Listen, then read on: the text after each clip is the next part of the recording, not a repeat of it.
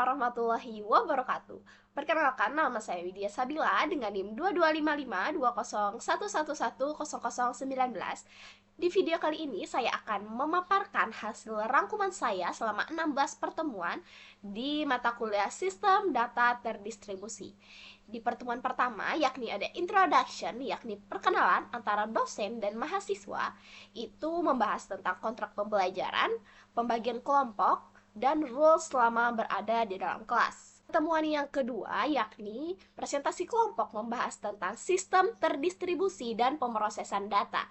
Definisi dari sistem terdistribusi sendiri yakni adalah kumpulan komputer atau perangkat yang saling terhubung dan bekerja sama untuk menyelesaikan tugas tertentu. Meskipun berada di lokasi yang berbeda, tapi sistem ini sumber daya dan data dibagi antara banyak node, sehingga memungkinkan efisiensi, skalabilitas, dan keandalan. Contohnya termasuk pada jaringan internet, layanan call, dan aplikasi yang mengeluarkan kolaborasi dari banyak pelanggan. Tujuannya adalah untuk memberikan layanan atau fungsi yang lebih daripada jika hanya menggunakan satu komputer saja. Kita masuk ke karakteristik sistem terdistribusi. Yang pertama itu ada keterpisahan. Komponen sistem berada di lokasi yang berbeda tetapi bekerja dalam waktu yang bersamaan.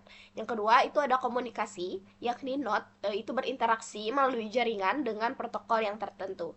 Yang ketiga itu ada kependudukan dan skalabilitas. Itu memudahkan untuk ditambahkan node baru untuk meningkatkan kapasitas. Yang keempat itu ada keterandalan, yakni sistem tetap berfungsi meskipun berada dalam node yang gagal. Yang kelima itu ada transparansi, itu pengguna tidak perlu mengetahui lokasi atau detail kerja komponen. Yang keenam itu ada koordinasi, itu memerlukan mekanisme untuk mengelola tugas di antara beberapa node-node yang ada. Selanjutnya yang terakhir itu ada dinamika, yakni node dapat ditambahkan atau dihapus sesuai kebutuhan. Kita masuk ke pengenalan pemrosesan data terdistribusi, yakni pemrosesan data terdistribusi melibatkan pengelolaan data yang tersebar di beberapa lokasi atau node. Data dibagi dan diproses secara paralel yang memungkinkan pengelolaan data lebih cepat dan efisien.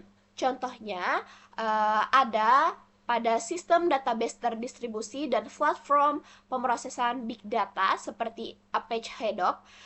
Tujuannya itu untuk meningkatkan kecepatan dan kapasitas pemrosesan data yang besar. Selanjutnya di pertemuan ketiga yakni ada presentasi kelompok membahas tentang model komunikasi dan sinkronisasi. Dalam sistem terdistribusi, komunikasi antar node dapat dilakukan melalui dua model utama, yakni ada message passing dan share memory. Message passing adalah model di mana proses atau node saling bertukar pesan, seperti node memiliki memori terpisah untuk berkomunikasi. Mereka mengirim pesan melalui jaringan. Model ini mendukung komunikasi secara efektif antar node yang terpisah secara fisik dan lebih cocok untuk sistem terdistribusi, di mana akses langsung ke memori bersama tidak mungkin. Yang kedua itu akan ada send memory, itu memungkinkan beberapa proses untuk mengakses memori yang sama. Dalam model ini, proses dapat membaca dan menulis data di lokasi memori yang telah dibagi. Meskipun ini menggunakan akses yang lebih cepat, tantangan utamanya adalah menjaga konsistensi dan menangani potensi konflik saat beberapa proses berusaha mengakses data yang sama secara bersamaan. Kita masuk ke protokol komunikasi dan sistem terdistribusi. Protokol komunikasi adalah aturan yang menentukan bagaimana data ditransfer antara node dalam sistem terdistribusi. Protokol ini menjamin bahwa pesan dapat dipahami oleh penerima dan menangani potensi kesalahan. Contohnya itu ada protokol yang umum digunakan, yakni ada TCP/IP yang mengatur pengiriman data di internet dan HTTP yang memungkinkan komunikasi antara web server dan klien. Protokol ini itu juga berperan penting dalam mengelola aliran data dan memastikan bahwa komunikasi berlangsung dengan aman dan efisien. Masalah dari konsensus dan agreement protocols. Masalah konsensus muncul ketika beberapa node harus mencapai kesepakatan tentang nilai atau status tertentu. Meskipun ada kemungkinan kegagalan atau kehilangan data, sangat penting juga dalam simulasi di mana keputusan harus dibuat berdasarkan informasi yang dapat diandalkan.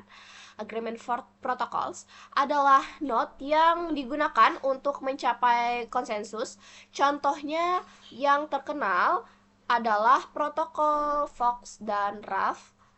Kedua protokol itu dirancang untuk memahami ketidakpastian dalam komunikasi dan memastikan bahwa semua node itu tidak mengalami kegagalan. Selanjutnya, di pertemuan keempat, yakni ada presentasi kelompok, itu membahas tentang konsistensi dan replikasi data. Konsistensi adalah satu keadaan di mana semua salinan data di berbagai node dalam sistem terdistribusi memiliki nilai yang sama pada waktu tertentu.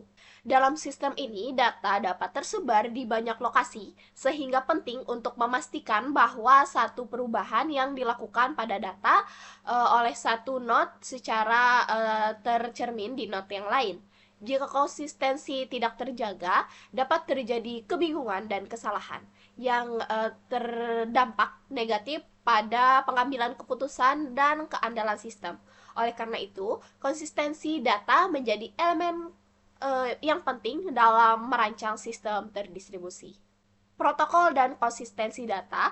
Protokol konsistensi adalah mekanisme yang digunakan untuk menjaga konsistensi data di seluruh node dalam sistem terdistribusi. Protokol ini memastikan bahwa ketika satu node melakukan perubahan, semua node yang lain itu mendapat informasi tersebut dengan cara yang teratur dan aman. Contohnya termasuk protokol seperti Vexos dan Raft itu digunakan untuk mencapai kesepakatan di antara node itu menangani keadaan sistem.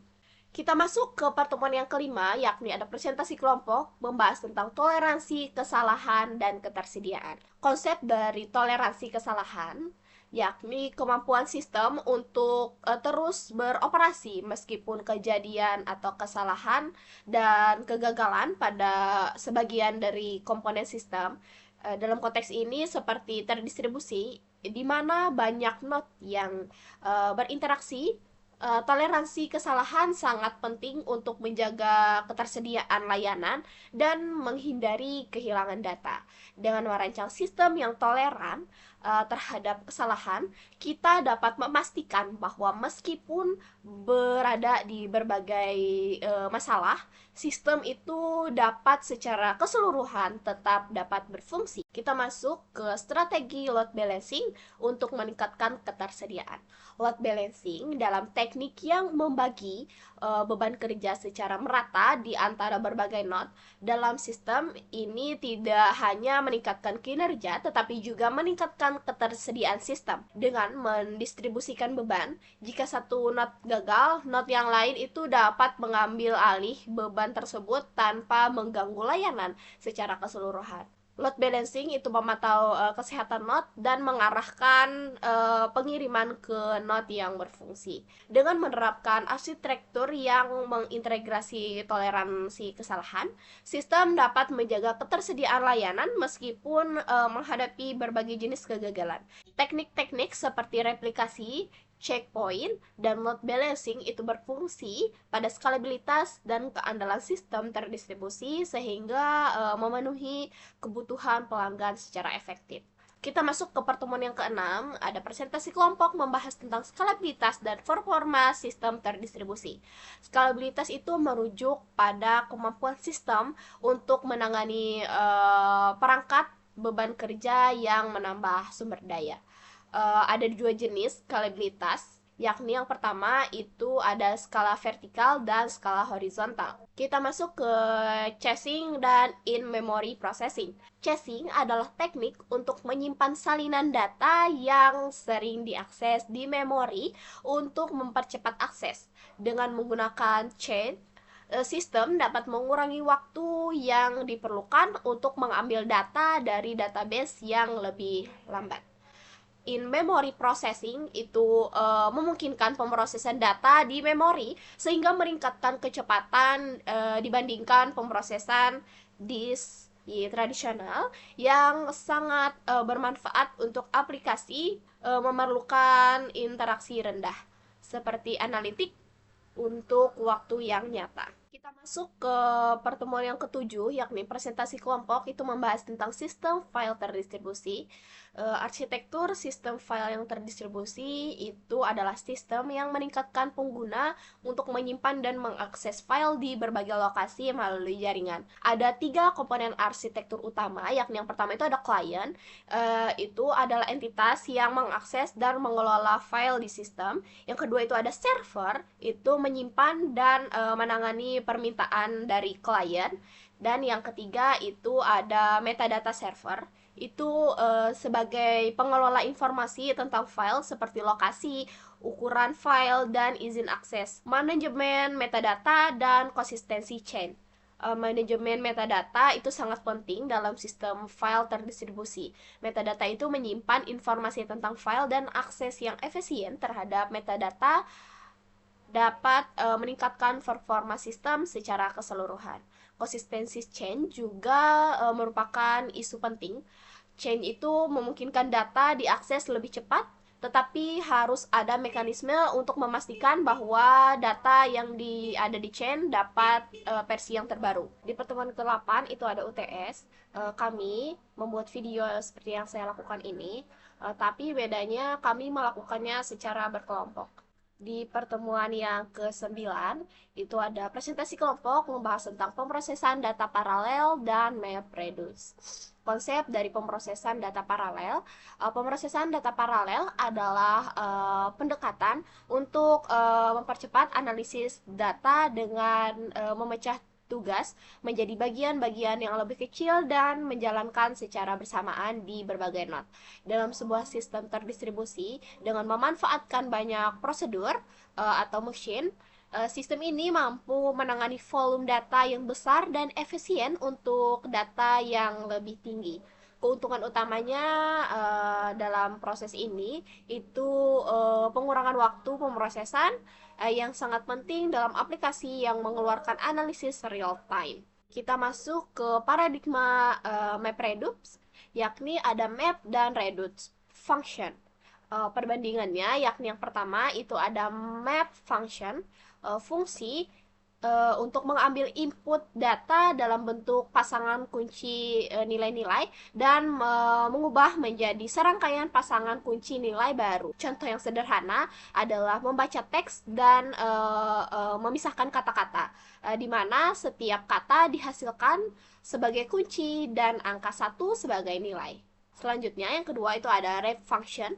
Fungsi ini menghubungkan semua pasangan kunci nilai yang dihasilkan oleh function maps dengan kunci yang sama, menghasilkan output akhir. Dalam kasus word count, fungsi ini menjumlahkan nilai untuk setiap kata sehingga menghasilkan jumlah kemunculan setiap kata dalam teks. Di pertemuan yang ke-10 ini, presentasi kelompok membahas tentang sistem database terdistribusi. Sistem database terdistribusi ada koleksi dari berbagai database yang tersebar di berbagai lokasi yang berfungsi sebagai satu kesatuan. Arsitektur ini memungkinkan penyimpanan dan pengelolaan data di banyak server yang dapat meningkatkan ketersediaan, keandalan, dan performa. Selanjutnya ada konsistensi dan isolasi dalam database terdistribusi. Konsistensi dan isolasi adalah 2 konsep penting dalam sistem database terdistribusi. Konsistensi itu mengacu pada seberapa baik database di semua node dalam mengelola sistem agar tetap sinkron. Ada beberapa model konsistensi seperti strong konsistensi dan eventual konsistensi yang menentukan bagaimana dan kapan data di seluruh sistem akan diperbarui. Selanjutnya ada isolasi, pengelolaan berbagai transaksi yang bersamaan dapat berjalan tanpa saling mengganggu. Terkait isolasi yang lebih tinggi dapat meningkatkan integritas data tetapi bisa mempengaruhi performa yang ada. Baik, di pertemuan yang ke-11 itu ada presentasi kelompok lagi membahas tentang keamanan dalam sistem terdistribusi. Aspek keamanan dalam sistem terdistribusi ialah membawa tantangan keamanan yang unik karena data dan prosesnya tersebar di berbagai lokasi dan perangkat. Ada 3 aspek keamanan, yakni yang pertama itu ada kerentanan terhadap serangan. Sistem terdistribusi dapat menjadi target serangan seperti distributed denial of server. Selanjutnya yang kedua itu ada kepatuhan dan regulasi. Organisasi harus memastikan bahwa data dikelola sesuai dengan regulasi privasi seperti GDPR. Selanjutnya yang ketiga itu ada integritas data, itu memastikan bahwa data tidak diubah oleh pihak yang tidak berwenang. Kita masuk ke manajemen identitas dan akses terdistribusi. Manajemen identitas dan akses atau IAM adalah proses untuk memastikan bahwa hanya pengguna yang terorganisir yang dapat mengakses sumber daya tertentu. Itu ada cakupannya, yakni yang pertama itu pengelolaan identitas untuk menyimpan dan mengelola informasi pengguna termasuk kredensial dan hak akses. Dan yang kedua itu ada autentikasi function faktor, menggunakan lebih dari satu node autentikasi untuk meningkatkan keamanan seperti kombinasi kata sandi dan kode yang dikirimkan ke perangkat seluler. Keamanan dalam sistem terdistribusi adalah aspek yang sangat penting untuk melindungi data dan infrastruktur dari ancaman dan memahami tantangan teknik enkripsi, protokol autentikasi, dan strategi pencegahan intrusi. Kita dapat merancang sistem yang lebih aman sehingga analisis terhadap kasus pelanggaran keamanan dan membantu kita untuk menghadapi kelemahan yang ada dan membantu kita agar mendapat cara untuk menangani keamanan itu di masa depan. Di pertemuan yang ke-12, presentasi kelompok membahas tentang cloud computing dan virtualisasi. Cloud computing adalah model penyimpanan layanan IT yang memungkinkan akses cepat dan fleksibel terhadap sumber daya komputasi melalui internet. Model ini menyediakan berbagai layanan yang dapat dikelompokkan ke dalam 3 kategori utama, yakni ada infrastruktur of a service, itu menyediakan infrastruktur dasar seperti server, penyimpanan, dan jaringan. Pengguna memiliki kontrol penuh atas sistem operasi dan aplikasi yang dijalankan. Selanjutnya, yang kedua itu ada platform as a server, menyediakan platform pengembangan yang memungkinkan pengguna untuk membangun, menguji, dan menerapkan aplikasi tanpa mengelola infrastruktur. Selanjutnya yang ketiga ada software as a service, menyediakan aplikasi perangkat lunak yang dihosting di cloud, diakses melalui web tanpa perlu diinstal secara lokal. Masuk ke manajemen sumber daya dan penjadwalan dalam cloud. Manajemen sumber daya meliputi peraturan dan pemantauan sumber daya cloud yang memastikan ketersediaan dan performa yang optimal. Penjadwalan dilakukan untuk menentukan kapan dan di mana saja sumber daya akan dilokasikan. Mempertimbangkan faktor seperti beban kerja, prioritas pengguna, dan efisiensi. Kita masuk ke pertemuan yang ke-13, yakni membahas tentang tren dan pengembangan terkini dalam pemrosesan data terdistribusi. Pemrosesan data terdistribusi telah mengalami perkembangan yang pesat dalam beberapa tahun terakhir, dipicu oleh kebutuhan untuk menentukan volume data yang semakin besar dan kompleks. Dalam konteks ini, beberapa tren dan teknologi baru telah muncul membawa dampak yang signifikan pada cara kita untuk mengelola dan memproses data, termasuk edge computing dan fog computing. Edge computing adalah pendekatan di mana pemrosesan data dilakukan di dekat sumber data, misalnya perangkat IoT, untuk mengurangi lisensasi dan mengurangi beban di jaringan. Dengan memproses data secara lokal, edge computing memungkinkan respons yang lebih cepat dan pengguna bandwidth yang lebih efisien. Sedangkan fog computing itu memperluas konsep dengan menambahkan lapisan pemrosesan data antara perangkat edge dan cold, memungkinkan lebih banyak perangkat untuk berkontribusi dalam pengelolaan data. Semua dikirim ke cloud dan meningkatkan efisiensi serta mengurangi lisensasi lebih lanjut. Kita masuk ke blockchain dan sistem terdistribusi. Blockchain adalah teknologi yang mengubah cara kita menyimpan dan mengelola data secara terdistribusi dengan sifat dan keamanan yang tinggi.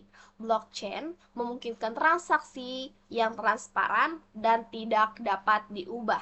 Blockchain memiliki aplikasi yang luas, mulai dari keuangan hingga pasokan, dan mendorong kepercayaan dalam sistem terdistribusi. Kita masuk ke green computing dan efisiensi energi dalam sistem terdistribusi. Dengan meningkatkan kesadaran dan dampak lingkungan dari teknologi, green computing menjadi fokus penting dalam pemrosesan data terdistribusi. Green computing juga mencakup penggunaan sumber daya yang efisien, mengurangi konsistensi energi, dan mengembangkan teknologi yang lebih ramah lingkungan. Implementasi prinsip-prinsip efisiensi energi membantu mengurangi jejak karbon dari data center dan infrastruktur TI. Tren terkini dalam pemrosesan data terdistribusi menunjukkan arah yang menarik dan inovatif dalam cara kita mengelola data. Dari edge computing hingga blockchain, teknologi baru terus muncul untuk meningkatkan efisiensi, kecepatan, dan keamanan. Tantangan seperti skalabilitas, keamanan, dan berkelanjutan tetap perlu diatasi. Memahami dan mengimplementasi teknologi ini akan menjadi kunci dalam memanfaatkan potensi penuh pemrosesan data terdistribusi di masa depan. Di pertemuan ke-15, kami mengerjakan kuis di ruang kelas. Selanjutnya di pertemuan yang ke-16, kami membuat video untuk tugas akhir atau tugas UAS, mereview dari pertemuan 1 hingga pertemuan 16. Sekian dari saya. Wassalamualaikum warahmatullahi wabarakatuh.